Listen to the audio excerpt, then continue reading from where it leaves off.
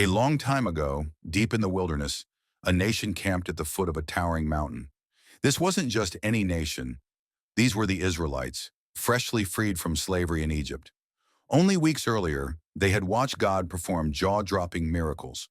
The plagues that shook Egypt, the parting of the Red Sea, water from a rock, and bread falling from the sky. They had seen God's power up close. Now they were camped at Mount Sinai, where God had something important to give them. His laws, his covenant, his promise. God called their leader, Moses, up the mountain. The moment was intense.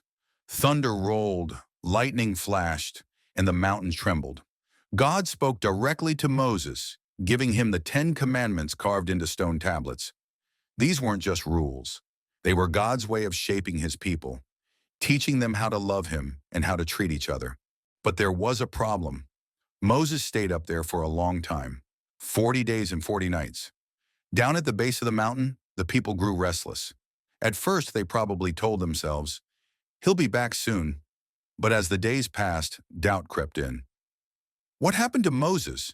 Did he die up there? Has God forgotten us? Instead of waiting and trusting, they turned to the one man they thought could help them, Aaron, Moses' brother. They crowded around Aaron and said, "Make us gods who will go before us." "We don't know what happened to this Moses," Aaron gave in.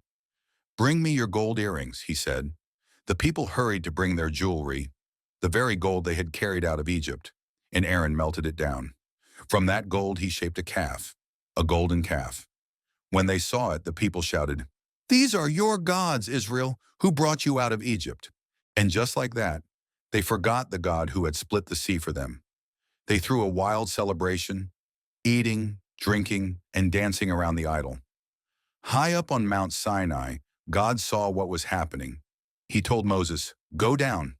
Your people have turned away from what I commanded." God's anger burned.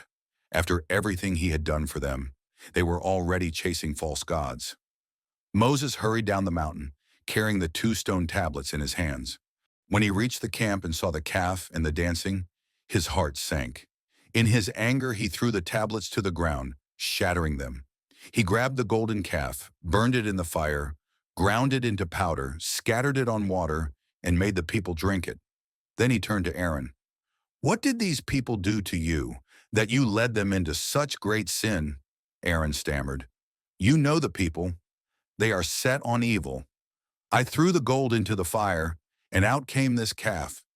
It was a weak excuse. The truth was, they had chosen to replace God with something shiny and man-made. Sin always has consequences. Many people suffered that day because of their rebellion. But Moses also prayed for them, asking God to show mercy. God did spare them, but the event was a reminder that turning from him always leads to trouble.